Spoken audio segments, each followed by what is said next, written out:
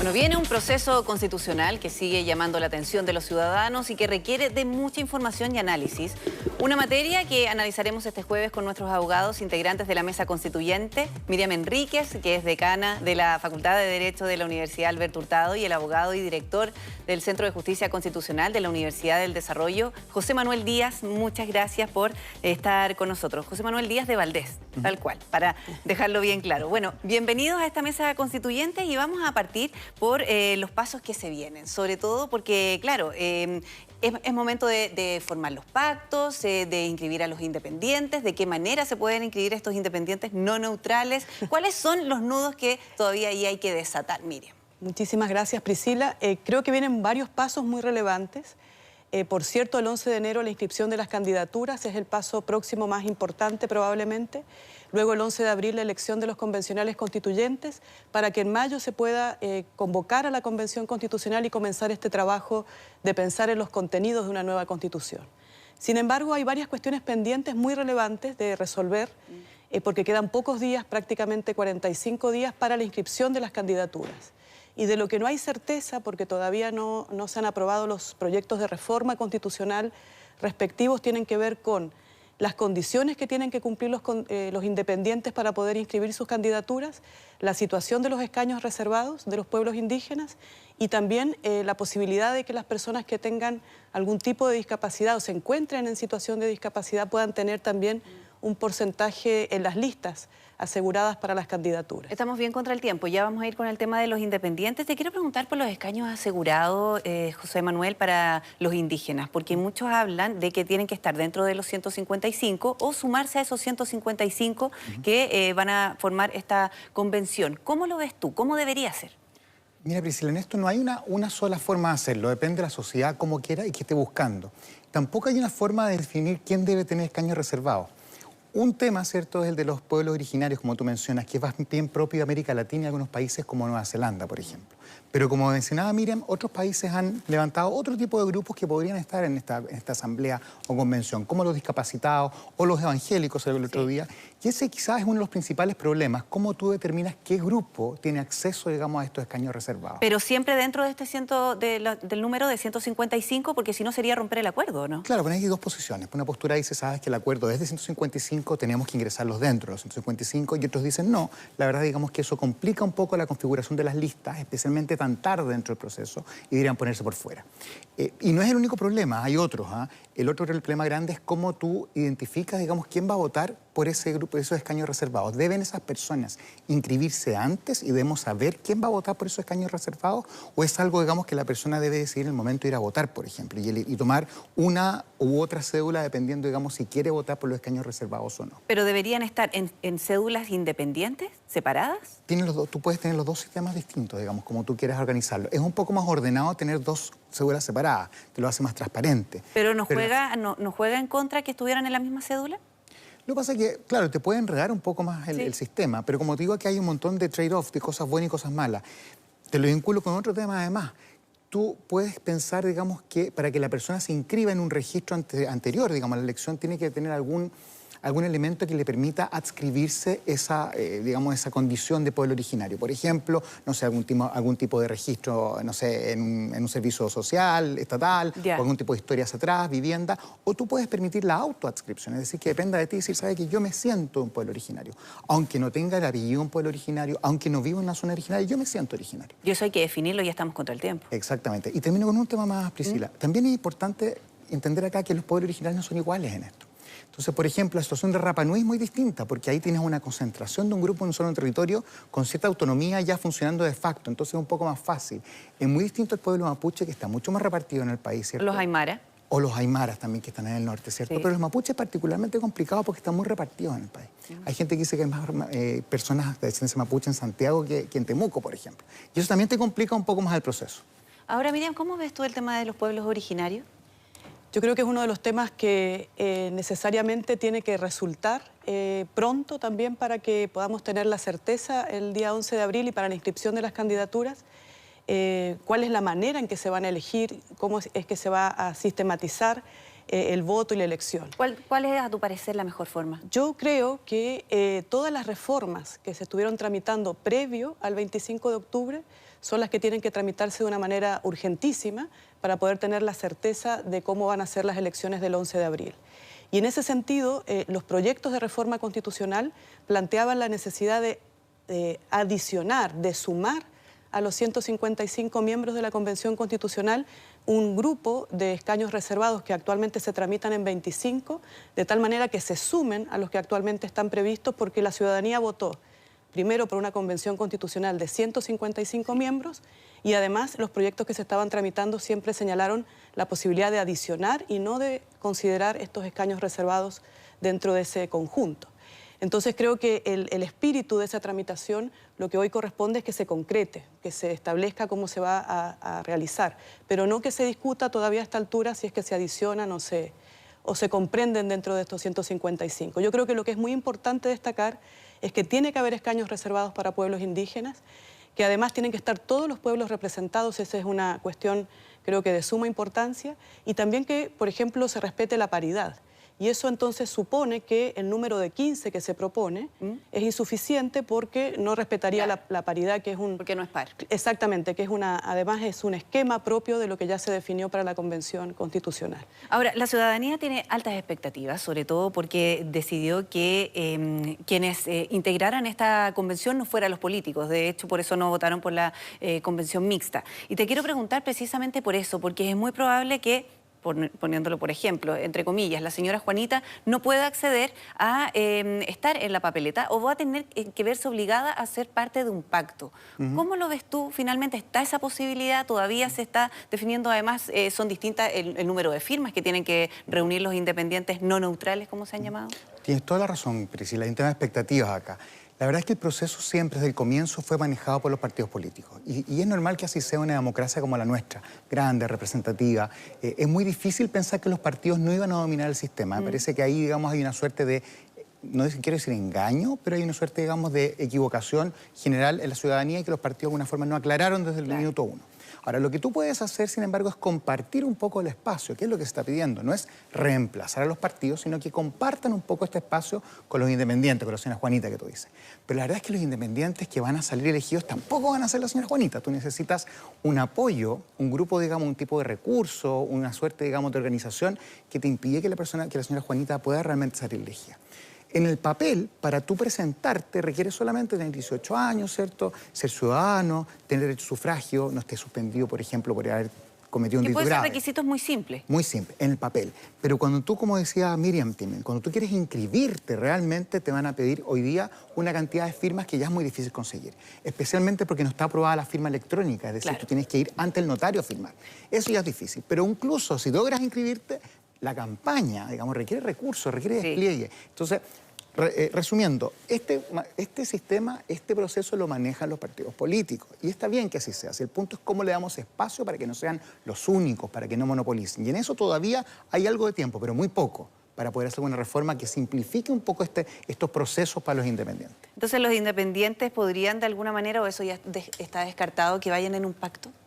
Sí, yo creo que hay que rescatar cuáles fueron los objetivos del acuerdo por la paz social y la nueva Constitución. Y se definió que el proceso tenía que ser democrático, institucional, representativo e inclusivo de todos los sectores de la sociedad. Y creo que justamente en razón de esto último es que es muy importante que en la Convención Constitucional estén representados justamente estos grupos que son diversos, pero que al mismo tiempo son representativos de un número muy importante de la sociedad. Los escaños reservados, es decir, los pueblos indígenas, las personas con discapacidad, las mujeres, que son más del 50% de la población, y por supuesto los independientes, que son el 95% de los chilenos. Entonces yo creo que hay que retomar ese objetivo porque justamente los partidos políticos tienen que honrar ese acuerdo. ¿Pero tú crees que los partidos políticos tienen capturado este proceso? Yo no digo que estén capturados, pero tenemos 45 días para que podamos definir cuáles son las reglas para inscribir las candidaturas y todavía no hay certeza. Hay una urgencia en definir estos asuntos porque en 45 días las posibilidades de la firma con clave única se van acotando. Y luego la otra opción es buscar firmas con patrocinio ante un notario y las posibilidades de hacerlo todavía en pandemia realmente es muy complejo. Si vemos las notarías que están repletas, probablemente más personas no se tomen el tiempo de ir a inscribir su candidatura porque va a perder mucho tiempo, o sea, perdón, de ir a firmar para que una persona un independiente pueda postular. ¿Cuántas firmas se les piden a los independientes? ¿De qué depende? Bien, hay que recordar que las inscripciones de las candidaturas están asociadas a la elección de los diputados y por lo tanto para la inscripción de las candidaturas de independientes se hacen por distritos. Los independientes, a diferencia de muchas elecciones, pueden formar listas con otros independientes. Ahí también hay una opción que no necesariamente tiene que ver con partidos políticos, porque los independientes podrían generar listas de independientes, de distintos grupos. Lista de independientes, distinto a un pacto. Distinto a un pacto. Entonces, en una lista de independientes podrían ir independientes de un mismo grupo, ¿ya? O podrían ir independientes de distintos grupos, o sea que podrían vincularse en torno a una lista. Y en ese caso, lo que actualmente está vigente es que los independientes tienen que, en la lista completa, alcanzar el 1.5% del total de votos que se obtuvo en la elección de diputados de la vez anterior y por cada una de las candidaturas individuales de un 0,4%. Lo que está ¿En cuanto a un número? Es un número y es variable según la cantidad de personas que votaron en un determinado distrito. ¿Cuántas firmas? Por ejemplo, en el distrito 4 se requiere para un candidato independiente de 400 firmas y para una lista completa 1.500 firmas.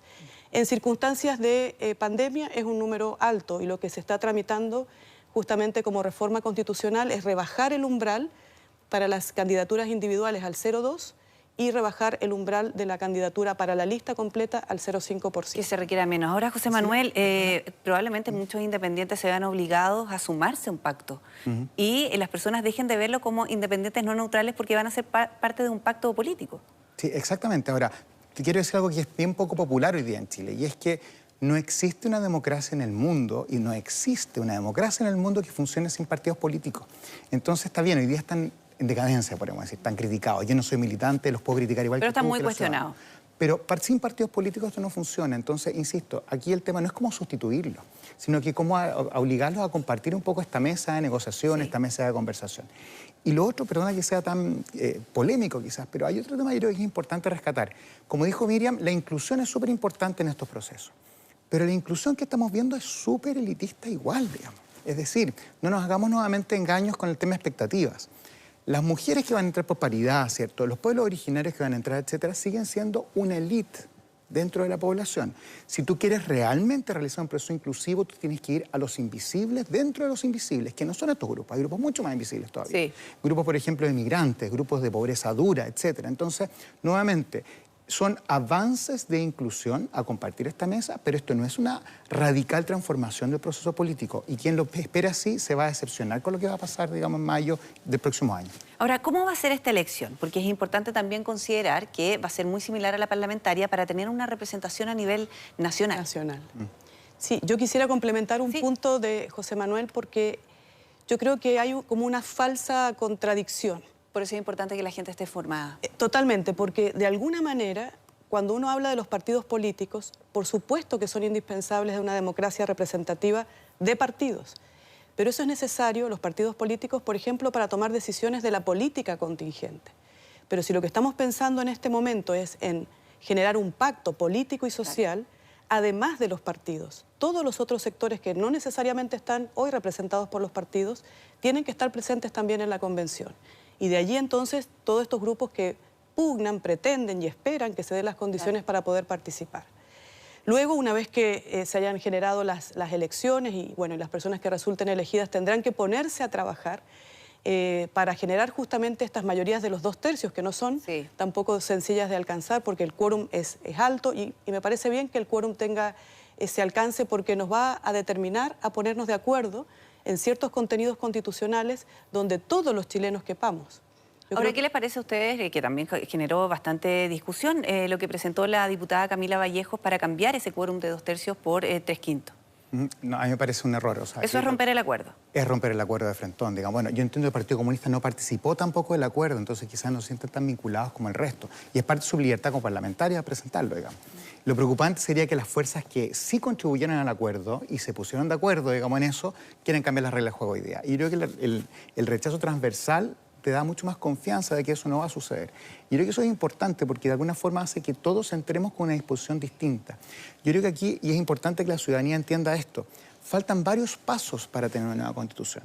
Y el proceso se puede caer en cada uno de estos pasos. Se puede caer en la convención, se puede caer en el segundo plebiscito. Entonces, si queremos que esto resulte, hay que entrar con un espíritu un poco distinto en esa convención. Si partimos peleando por los 2/3, no 2/3, la verdad es que lo más posible es que fracase. Entonces, parte de eso es que todos confiemos. Y para crear confianza, tú necesitas lo que pasó esta semana, que todos los que participaron del acuerdo digan, no vamos a cambiar las reglas. Eso es lo base. ¿Ni siquiera la convención cuando comienza a funcionar? Ni siquiera la convención. Esperemos ahora. Nosotros no tenemos una bola mágica. Yo espero que la convención respete sus límites porque nos dan disposición de conversar para todos. No ha pasado en otros países. Para serte bien franco, digamos, lo que pasó en Bolivia, lo que pasó en Colombia es que la convención se declaró soberana, ¿cierto? Y de alguna forma intervino en el juego político diario, se metió en lo que hacía el Congreso, destituyó ministro de la Corte Suprema. Sí. Yo creo que eso no va a suceder en Chile y espero que así sea porque sería romper las confianzas y yo creo que eso podría hacer fracasar el proceso. Sí, hay que ser un proceso ordenado y pacífico. Ahora, lo último ya para ir cerrando, el tema de la representatividad a nivel nacional. Por eso es tan importante que la gente entienda que esto va a ser muy similar a la elección parlamentaria. Eso era lo que te estaba preguntando Miriam. ¿Por qué tiene que ser así? Sí, de hecho va a ser una elección a nivel nacional, aun cuando los distritos electorales están pensados en una lógica también territorial. Desde esa perspectiva, entonces, se tienen que conformar esos distritos en los territorios, en los distintos territorios a nivel nacional, pero luego la elección va a tener un alcance nacional y, de hecho, los partidos políticos van a presentar listas nacionales. Solamente los independientes van a poder conformar listas que se van a inscribir solamente en los distritos. Y entonces ahí hay una vinculación con lo local. Ahora, creo que uno de los desafíos de la Convención Constitucional va a ser pensar en una constitución para todos, digamos, de alcance nacional, pero también recogiendo las particularidades de cada uno de los territorios que los convencionales de alguna forma representan. Bueno, y además hay que considerar que el tema de la paridad podría dejar gente que tiene muchos votos fuera por el tema de hacer esta equidad. Podría pasar, pero yo creo que va a pasar en los márgenes, no debería ser algo muy común, pero podría pasar y eso va a ser complejo. Ahora, complementando lo que decía Miriam, para que la gente entienda bien en la casa, Chile se divide en 28 distritos para los efectos de esta elección, 28 distritos, y cada distrito elige entre 3 a 8 convencionales. Entonces usted en su voto va a tener que votar entre 3, o sea, va a votar por uno, pero va a elegir entre 3 o 8 por distrito, y eso, digamos, es importante que se sepa. Y como tú dices, el tema de la paridad va a operar al final. Una vez que hayamos votado todos, vamos a ver, digamos, si es que se eligió excesivamente más de un sexo que de otro y ahí van a haber esas correcciones, que ojalá sean las mínimas, porque eso yo creo que produce problemas desde el punto de vista de teoría democrática. No así, digamos, el diseño de la lista, que sea hombre, mujer, o mejor, mujer-hombre, porque así va a ser, digamos, mujer-hombre, sino que esto de sacar uno para meter otro, yo creo que ahí estamos rompiendo un poco una tradición más bien occidental de no meterse en ese tema, digamos. La paridad en general en Occidente, salvo el caso islandés y el caso boliviano, no funciona ahí. Funciona en el voto, que tú como votante tengas opciones de elegir hombres y mujeres, no de alterar quién se elige. Ya eso estamos al límite. ¿Tú estás de acuerdo con eso? No, no estoy de acuerdo. De hecho, me parece que claramente la posibilidad de solamente arreglar o considerar, mejor dicho, considerar cuotas en las listas de candidaturas con, por ejemplo, alternancia, que es actualmente el sistema, y con el encabezamiento de mujer, no hubiera asegurado un resultado paritario. Y por eso es necesario entonces que, una vez que se hayan generado las elecciones y se hubieran contabilizado los votos, si es que alguno de los sexos estuviera sobre representado, habrá que hacer una asignación paritaria. Pero se hace siempre dentro de la lista, por lo tanto no es que la persona que fue más votada de uno de los sexos vaya a descontar, digamos, de los que fueron elegidos fuera de la lista, sino que se reemplaza el sexo más votado por el candidato menos votado de la lista, pero de la misma lista. Entonces, no es que se produzca una distorsión total, sino que se produce una corrección dentro de la misma lista. Perfecto. Miriam Enríquez y José Manuel Díaz de Valdés, muchas gracias por conformar esta mesa constituyente. Que estén muy bien. Gracias, Priscila. Muchas gracias, Priscila. Vamos a hacer una pausa y ya estamos de regreso en Mega Noticias Alerta.